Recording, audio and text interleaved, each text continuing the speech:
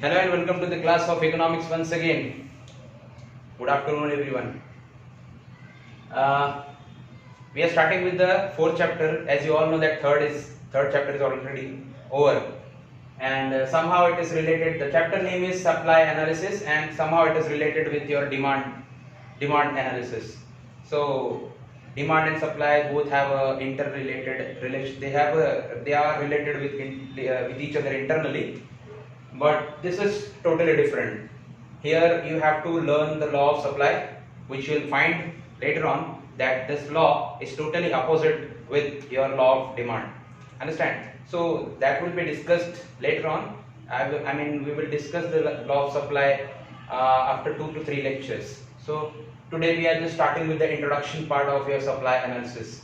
Supply, demand. First of all, you have to understand, or you have to ask yourself that with whom the demand was related. Demand किससे related था? Demand price से related था. Demand का price से inverse relationship था, लेकिन demand किसकी होती है? मैंने पूछा डिमांड किससे रिलेटेड होता है. Good, answer is consumer. Okay, so demand was related to consumer. So we have seen how consumer behave with his demand, with or her demand. But now today we have to learn the supply. Now tell me, now supply is related to whom? If demand is related to consumer, then supply is related to whom? Producer, manufacturer, right? Manufacturer first he produce the goods and then he supply. So here we have to discuss about supply analysis. So you have to keep in mind that whenever we talk about the chapter supply analysis, you have to consider yourself, or we all have to consider ourselves as a supplier, as a producer. Understood? So थोड़ी देर के लिए producer बन जाओ. आपका पहला काम है commodity produce करना, मैन्युफैक्चर करना, देन उसका सप्लाई करना. तो अगर आप अपने आप को सप्लायर कंसीडर कर लेते हो, समझ लेते हो कि आप एक सप्लायर हो, कमोडिटी कोई भी होने दो. एग्जांपल के तौर पे जो मार्केट में ऑलरेडी है वही कमोडिटी पकड़ लो कि आप उसके सप्लायर हो. Just become a Parle G owner, become a Cadbury owner. You are a producer. Understand?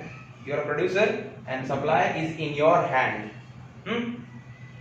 Now here we have introduction part. So starting with this, supply is a fundamental economic concept. It is little bit problematic to understand because though I have written in a capital letter, मैंने इसको capital में लिखा है just आप समझ पाओ इसलिए. But problem ये है कि if the blue resumes low on white, so it quite be difficult to understand the handwriting. But don't worry, what I am doing, I am repeating what I have written over here. So मैंने जो लिखा हुआ है मैं बोल भी कर रहा हूँ. So you will come to know. And everything, after all, ये सब मैंने जो है आपके PDF से लिया हुआ है, आपके बुक में से लिया हुआ है, आपके टेक्स्ट बुक से है. So don't bother about it. मैं इधर कुछ छूट भी गया तो बाद में जब ये वीडियो ऑन करेंगे आप तो बुक से मैच कर सकते हो. Supply is a fundamental economic concept. क्या समझा इसमें आपको? What you have understood that supply is also a fundamental economic concept. It is also a concept of belongs to economic. And then describe supply is a fundamental economic concept then that describes the total amount. यहाँ पे then लिखा हुआ है, यहाँ पे that आएगा. So that describes the total amount of specific goods. Supply में 3 चीजें होती हैं, जिसमें पहला चीज आ गया total amount of specific goods. Total amount of specific goods or services. We don't supply goods only, but we also supply services, right? If you go to hotel or if you go to hospitals, so they don't provide you commodity, they don't provide you you don't go there for any consumption in the hospital, but they are very good in services. Hospital, and if you go in a hospital, so same happens. what here यहाँ पे क्या बता रहे हैं कि supply is a fundamental economic concept that describes the total amount of specific goods or services that is available to a seller. मैंने आपको क्या बोला, that you have to consider yourself as a producer. If you are a producer, then you are a seller as well, right? आप producer है तो आप cell ही करने वाले हैं ना, और सेलर का सबसे पहला काम क्या होता है, सप्लाई करना, उसके पहले प्रोड्यूस करना, पहले प्रोड्यूस करेगा देन वो सप्लाई करेगा ऑब्वियसली वो सेलर हो जाएगा. सो सेलर के पास सबसे अच्छी चीज क्या होनी चाहिए, he should have a specific amount of goods and services that he can supply or he can sell. Now we have a meaning in a general language, we have a meaning of supply, that the total amount of goods or services available for a sale. यहाँ पे देखिए क्या लिखा हुआ है, the total amount of goods or services, which is already clear over here. Total amount of goods and services. मान लीजिए ये मार्कर मेरे हाथ में है. So we have the marker, we have 3 markers. So this is the total amount of goods. 3 markers I have. So 3 amounts, I mean 3 numbers available for sale. So I have these 3 markers with me to sell. Today I am going to sell these 3 markers in the market, right? At any specific price. So marker is marker, right? Every marker is same, right? अभी सबका price same ही रखना है मेरे को, 25. So what I have? I have a commodity which is in numbers. So specific commodity I have, specific amount of goods I have, and now I keep a price of that. So उसका एक price रख के, एक commodity रख के, I bought that commodity into the market. So problem अभी क्या हुआ उससे?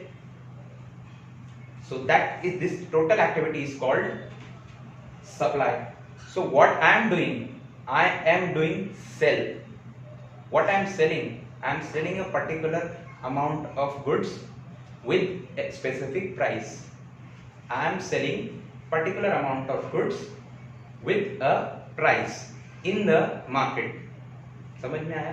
बाजार में एक स्पेसिफिक वक्त में, बाजार का भी एक वक्त होता है, हर बाजार का एक वक्त होता है, उस एक वक्त में मैंने कुछ कमोडिटीज मार्केट में उतारी है जिसकी एक कीमत है और वो मुझे सेल करनी है.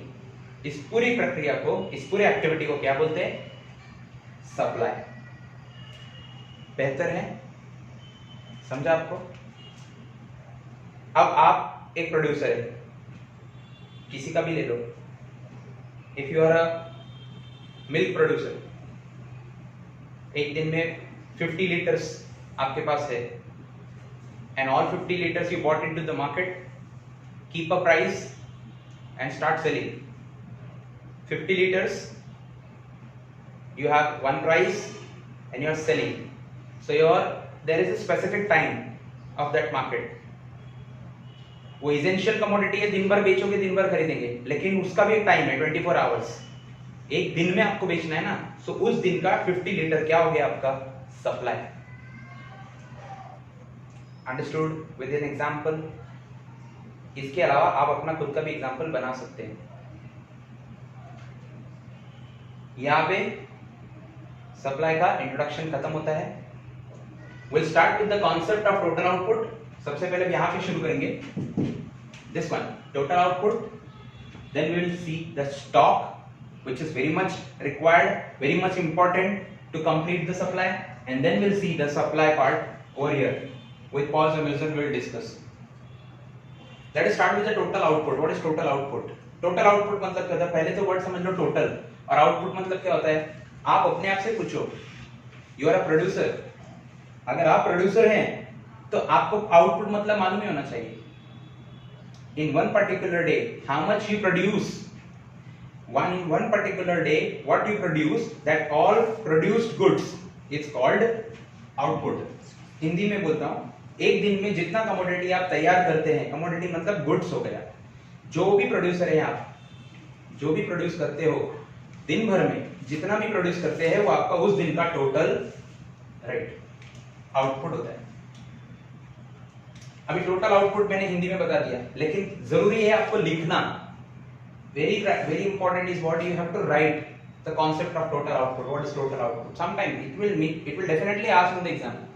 Sometimes. So total output is what? Output is the produced in the process of production.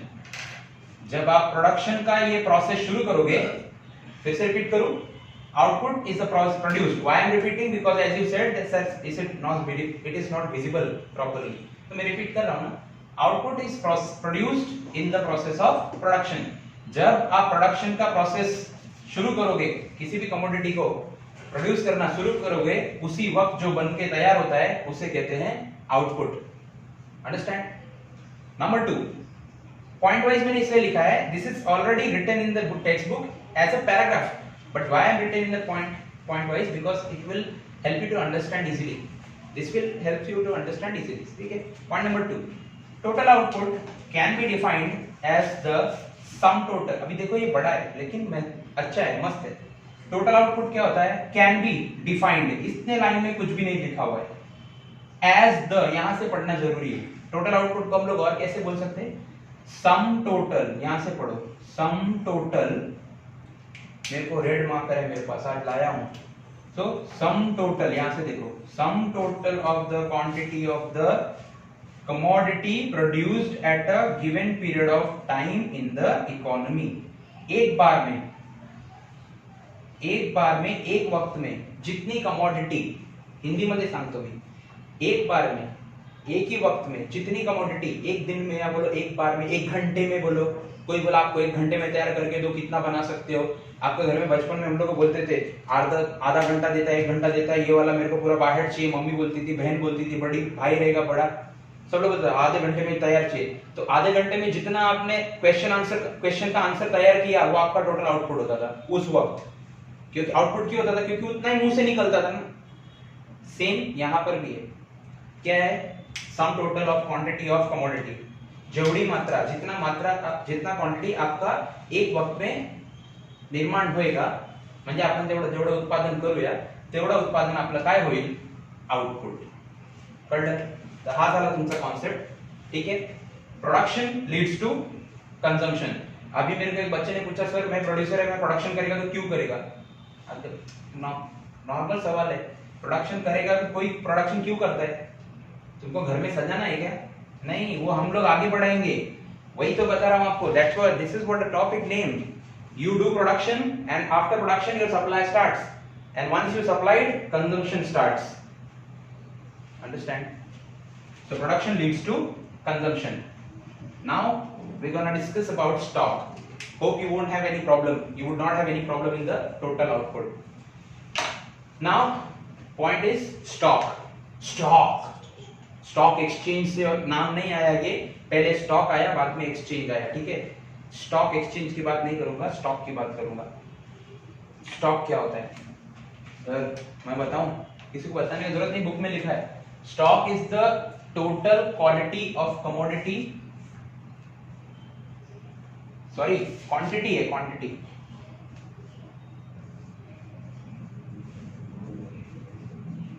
Yes, okay, मैंने ये गलत क्यों लिखा है? क्योंकि मैं उसको रेक्टिफाई करूंगा तो आपका ध्यान जाएगा उधर, थोड़ा कर देता हूं। Stock is the total quantity of commodity. फिर से ध्यान दो इधर, ये भी क्या है? Total quantity.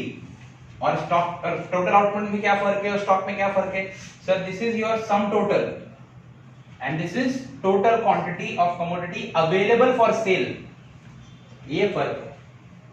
This is available for sale and this is produced at a given period of time. ये आपने एक बार में प्रोड्यूस किया, ये टोटल आउटपुट, ये प्रोड्यूस किया। तो स्टॉक क्या है? जो आपने सेल करने के लिए निकाला। बराबर? नहीं समझिएगा, एग्जांपल है मेरे पास। ठीक है? मैं बताता हूं, एग्जांपल है मेरे पास। पहले ये समझ लो, टोटल आउटपुट मतलब मैंने आपके शॉप में आपने 50 कैडबरीज प्रोड्यूस किया। सब लोग अभी समझ लो, आपके दुकान में आपने 50 कैडबरीज प्रोड्यूस किया, प्रोड्यूस करके रखा, तो वो क्या हुआ? Total output. आपने कितना बना के रखा एक दिन में? 50 कैडबरीज। अब आप उसमें से कितना बेचने के लिए निकालते हो, वो होता है आपका स्टॉक। इसलिए मैंने बोला available for sale with the seller at a particular point of time. फिर वही एक वक्त में कितना आप प्रोड्यूस किया हुआ सेल करने के लिए निकालते हो उसे कहते हैं स्टॉक। हाँ, जितना निकाला है आपने, it is the source of supply. Very important है, ध्यान में रखो, अगर स्टॉक नहीं रहेगा तो supply is not possible. So supply कहां से होता है, ये it is the source of stock. Understand? Point number 3, bye increasing production stock can be increased. Common sense है, अगर आप अपना यहाँ पे प्रोडक्शन ज्यादा करोगे तो आपका स्टॉक ऑटोमेटिकली बढ़ते रहेगा। फर्स्ट डे में आपने 50 कैडबरीज प्रोड्यूस किया तो उसमें से 40 अगर आपने निकाला तो वो आपका 40 स्टॉक हो गया, राइट। बट दूसरे दिन आप 100 प्रोड्यूस करते हो तो उससे आपका स्टॉक और बढ़ जाता है, यही इंग्लिश में लिखा हुआ है। So by increasing production stock can be increased. So उल्टा बोलूं, how we can increase the stock? By increasing the production. Number 3, number 4, without stock supply is not possible. ये भी अभी मैंने बताया था, अगर आपका स्टॉक ही नहीं है तो सप्लाई कहां से करोगे? In the case of perishable goods, ये थोड़ा ध्यान देने का है, दोनों पॉइंट। अच्छा, पेरिशेबल गुड्स रहेगा तो पेरिशेबल गुड्स मतलब आपका फिश है, मिल्क है, पनीर है, ये आपका पेरिशेबल गुड्स है। तो पेरिशेबल गुड्स में क्या होता है मालूम है सीन? जो स्टॉक होता है ना पेरिशेबल कमोडिटी में, जो स्टॉक होता है वही सप्लाई होता है। सर ये वाला नहीं समझा। अरे पेरिशेबल कमोडिटी है, आज ही यूज करना है, आज ही खत्म करना है, तो कल तो रख नहीं सकते, मतलब ये कल खराब हो जाएगी। बात समझे आपको? अगर ये कल खराब हो गई तो रख के क्या फायदा है, तो आज ही इसको बेच डालना है। तो इस केस में क्या होता है, स्टॉक और सप्लाई दोनों सेम होता है। बात समझ में आया? मतलब कहने का मतलब 50 लीटर्स दूध पकड़ लो, 50 लीटर्स दूध आपने अपने डेयरी पे रखा, अपनी शॉप पे रखा हुआ है, तो वो 50 लीटर्स आपका उसी दिन सेल होना चाहिए। कल का क्या होगा फिर? वो कल खराब हो जाएगी ना, कल कौन लेगा वही वाला दूध? इसलिए आप इस केस में पेरिशेबल कमोडिटीज में आपका स्टॉक और आपका सप्लाई दोनों सेम होता है, इक्वल। लेकिन अगर आपका ड्यूरेबल गुड्स है तो durable goods commodities like furniture, if your furniture, if your garment, तो आज रखा कल सड़ नहीं जाने वाला है। आज आपने रखा है, कल पता नहीं टूट गया, फट गया, ऐसा कुछ नहीं होता है। कभी कभी आउट ऑफ फैशन की कमोडिटीज भी दुकान पे मिल जाती है। कुछ ड्रेसेस है ना, आज भी आप जाओगे तो आउट ऑफ फैशन वाले आपको दुकान पे मिल जाएंगे। तो वो भले ही आउट ऑफ फैशन होने के लिए उसको कम से कम 2-4 महीना लगा हो, तो वो 2-4 महीने पहले आया था ना दुकान पे, वो खराब थोड़ी हो गया उतने दिन के बाद, इसलिए उसको बोलते हैं ड्यूरेबल। ये बेंच है मेरे पास, ये बेंच है, ये बोर्ड है, ये मैंने लाया था 2 साल पहले, अभी तक चल रहा है, मतलब ये क्या है, ड्यूरेबल है। तो इस सिचुएशन में, इन केसेस में, इस कमोडिटीज में stock is not equal to supply, बराबर है, is not equal to supply, ऐसा होता है। आपका स्टॉक सप्लाई से इक्वल नहीं रहेगा, क्योंकि आप रखे रहो, जब मर्जी आए आप बेचो, as per demand in the market, as per the situation in the market जो चल रहा हो। Understand? So this is your introduction part, this is your total output, this is your stock. इधर तक हुआ। Now we'll talk about the supply. Supply define किसने किया है? It is defined by Professor Paul Samuelson. He is also economist, so he defined supply in a better language. So I have just created a meaning from with the help of your textbook, but ये Paul सैमुएल्सन ने उसको अच्छा language में define किया है। थोड़ा focus करोगे तो समझ जाओगे, और एग्जांपल भी दिया है। Supply refers to the relation between, Paul Samuelson क्या कह रहा है, सप्लाई क्या है, it is a relation between, किसके बीच का रिलेशन है ये, it is a relation between market prices, क्या बोला, मार्केट में जो प्राइस चल रही है, and the amount of goods that producer are willing to supply. Very nice. आप प्रोड्यूसर है, किसका भी प्रोड्यूसर है, कोई भी कमोडिटी ले लो, आप उस कमोडिटी के प्रोड्यूसर है, और आप फिलहाल क्या बन गए, you are a producer and you willing to supply. But supply क्या होता है, मार्केट में जो प्राइस चल रही है और आप जितना लेकर मार्केट में उतरे हो। मार्केट में एक कमोडिटी की प्राइस कुछ तो ऑलरेडी चल रही है और आप वही कमोडिटी मार्केट में लेके उतरे हो, तो उन दोनों के बीच में, प्राइस और आपकी कमोडिटी दोनों के बीच में जो रिश्ता है उसी को सप्लाई बोलते हैं। सर हमको नहीं समझा, गुड, मेरे को मालूम था नहीं समझेगा। सैमुअल्सन का लैंग्वेज ऐसा है, जनरल भाषा में तो समझेगा, यहाँ पे भी तो समझा आपको। ये देखो इधर, इधर भी तो समझा रहेगा, समझ में आया। पहली बात तो समझो, स्टॉक नहीं रहेगा तो सप्लाई पॉसिबल नहीं है। और सप्लाई क्या होता है, अब ये एग्जांपल देखो, आपको समझ में आएगा। सैमुअल्सन का लैंग्वेज एक्चुअल में इतना टफ नहीं है। सैमुअल्सन ने क्या बोला है, it is a relation, supply refers to, बोला सप्लाई क्या है, refers to relation between market price and the amount of goods that producer are willing to supply. कुछ मैं और बताता हूं आपको करके, देखिए ये देखिए, market price and the amount of goods रहने दो। अब बोलो, market price and the goods that are producer are willing to supply. अब समझा, मतलब एक मार्केट प्राइस मतलब कोई कीमत है, और कीमत किसकी है, वो किसी कमोडिटी की है जो प्रोड्यूसर मार्केट में सप्लाई करने जा रहा है, इसी को सप्लाई कहते हैं। एग्जांपल के तौर पे प्रोड्यूसर ने क्या प्रोड्यूस किया, राइस। कितना प्रोड्यूस किया, 4000 केजी। दोबारा नहीं बताऊंगा, ध्यान देने का। राइस प्रोड्यूस किया, कितना प्रोड्यूस किया, 4000 केजी। प्रोड्यूसर ने राइस प्रोड्यूस किया 4000 KG. If he offers 1000 kg of rice at ₹40 per kg in the market, बोल जाओ अभी 4000 केजी प्रोड्यूसर ने प्रोड्यूस किया और 1000 केजी मार्केट में बेचने के लिए लेके गया, कितने पे, 40 रुपए में, बराबर है। कितने में लेके गए, बेचने को 40 रुपए। तो अभी ये डेफिनेशन इधर क्या लिखा हुआ है, इधर डेफिनेशन लिखा हुआ है, it is a relationship between market price and that good producer and the goods that producer are willing to supply. उसी को सप्लाई बोलते हैं ना। देखो मैं बता रहा हूँ फिर आपको, ये हो गया आपका पहला रिक्वायरमेंट, पहला पूरा हो गया। ये क्या है, मार्केट प्राइस। पहला रिक्वायरमेंट क्या है आपका, मार्केट प्राइस। कितना market price, 40 rupees per KG. And the goods that producer are willing to supply, कितना लेके गया प्रोड्यूसर, 1000 केजी। तो इसको पूरा हम क्या कहते हैं, इस पूरे एक्टिविटी को, this entire activity is called supply.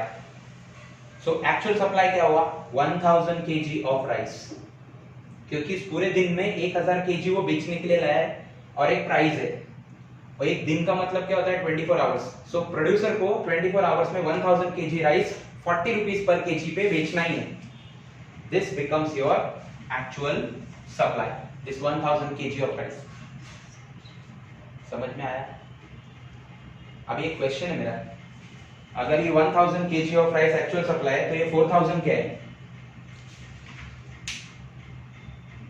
ये आपका स्टॉक, बराबर ना, ये आपका स्टॉक है। अभी आप कंफ्यूज हो गए, सर वो आउटपुट हुआ ना, आउटपुट और स्टॉक दोनों में थोड़ा सा फर्क है, वो इधर है, बराबर है। मान लिया वो टोटल आउटपुट है,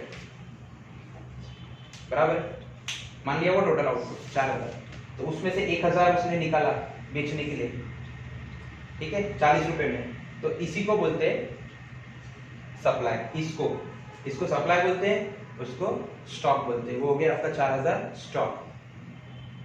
वो टोटल आउटपुट नहीं हुआ, it is stock. If that stock is there, then your supply is possible. उसने पूरा 1000 केजी बेचना है ना, बात समझे आया क्या आपको, ये पूरा 1000 केजी बेचने के लिए आया ना वो, इसलिए ये सप्लाई हुआ, वो स्टॉक हुआ, समझा क्या। So partially you can say that is total output also, understand. So वो टोटल आउटपुट नहीं हुआ, but partially you can say, you can consider. Anyway, so this was only my topic was to explain to you. So this was your only the concept of total output, stock and supply. We have covered the definition part, we covered the meaning, introduction. Next we will start with the law of supply. Hope you have understood. Even if you have any doubt, you can send me an email, or what you can do, you just first you note down all these things in your notebook, and then we'll have a discussion on that. Fine? Okay. Thank you. Just look at this.